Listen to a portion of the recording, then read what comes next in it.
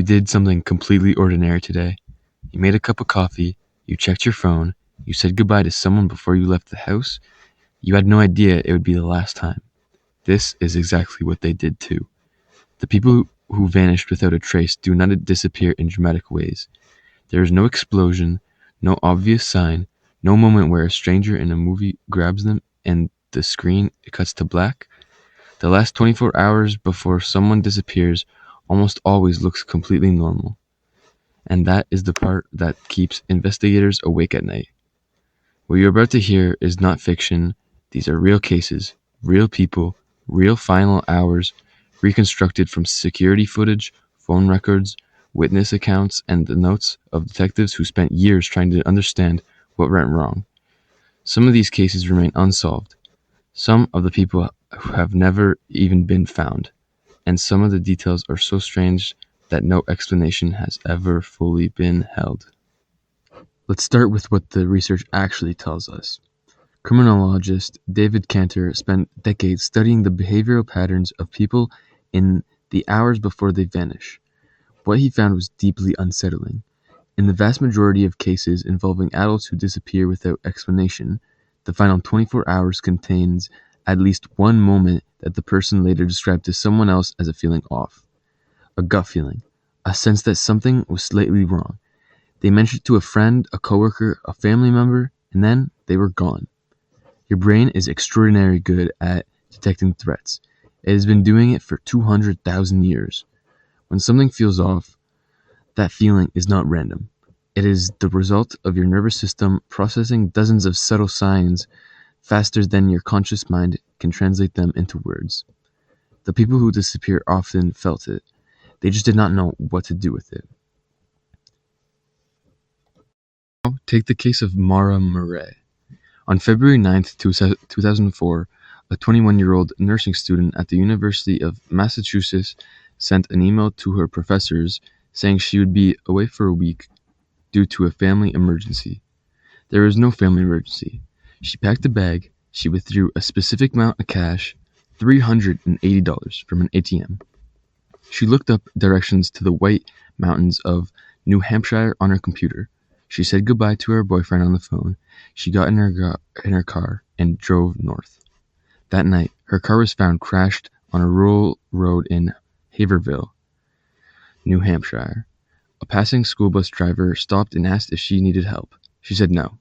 She drove on and called 911, but by the time the police arrived, she was gone. The woods around the crash site were searched. Dogs tracked her scent a short distance and then lost it entirely. Nobody was ever found. No confirmed sighting has ever been verified. What makes the Mara Murray case so deeply strange is not just the disappearance. It is the 24 hours before it. She made deliberate preparations. She withdrew exactly enough cash to last her a week. She packed a specific bag. She looked up at a specific region, and then she crashed her car less than an hour from where she had been heading. None of it has ever been fully explained. Investigators cannot agree on whether she planned to vanish, whether something happened that night that changed everything, or whether the answer is something else entirely. Your mind right now is probably trying to build a theory. That is what the human brain does. It cannot tolerate a blank space where a narrative should be. Psychologist Jerome Bruner called this narrative compulsion, the need to turn raw events into a story with a cause and an effect. But some disappearances resist that. They stay broken, they stay open, and that is what makes them so hard to let go of. Consider the case of Brian Schaefer. On April 1st, 2006, a 27-year-old medical student in Columbus, Ohio, went out with friends to celebrate spring break. He was caught on security cameras entering a bar called Ugly Tuna Saloon at around 9 p.m. Over the next 2 hours, he appeared on camera again several times inside the bar. He spoke to people, he bought drinks, he seemed completely fine. At around 2 a.m., the bar was closing. The security cameras at the only entrance and exit captured every single person leaving the building that night. Brian Schaefer was not one of them. He entered the building, he did not leave, and he was never been found. The building was searched.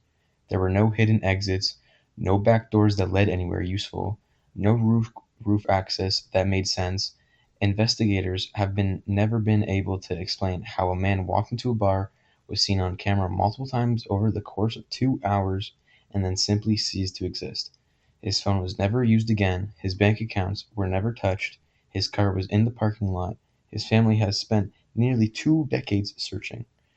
One detective who worked the case said in an interview years later that it was the only case in his career where he genuinely had no theory at all. Not a weak theory, not an unlikely theory, no theory. Now think about what happens inside your own mind when you read something like that. You feel a pull, a discomfort, a need to look away, and also a need to keep reading.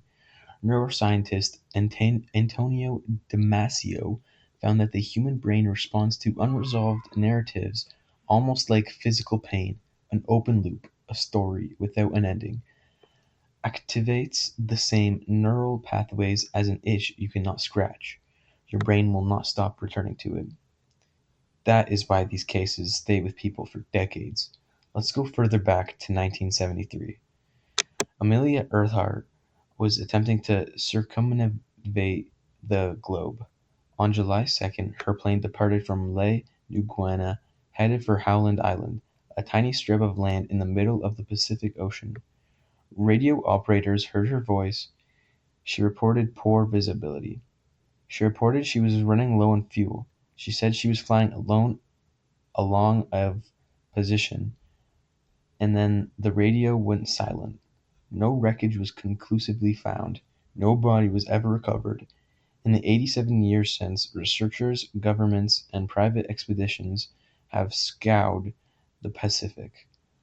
Archaeologist Richard Jantz published a study in 2018 suggesting that bones found on a remote island called Nikumaroro in 1940 matched Earhart's measurements and proportions. The bones were lost before DNA testing was possible. The island itself showed signs of a campfire, a sextant box, and the remains of a fire consistent with someone trying to survive, but nothing has ever been confirmed. The last 24 hours of Amelia Earhart's life were among the most studied final hours in human history, and the world still does not know what happened. Here's the thing that ties all these cases together. The last 24 hours before a disappearance almost never looked like a goodbye.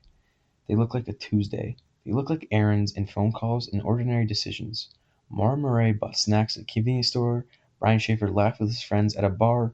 Amelia Earhart filed a plane and checked her instruments and did everything she was supposed to do.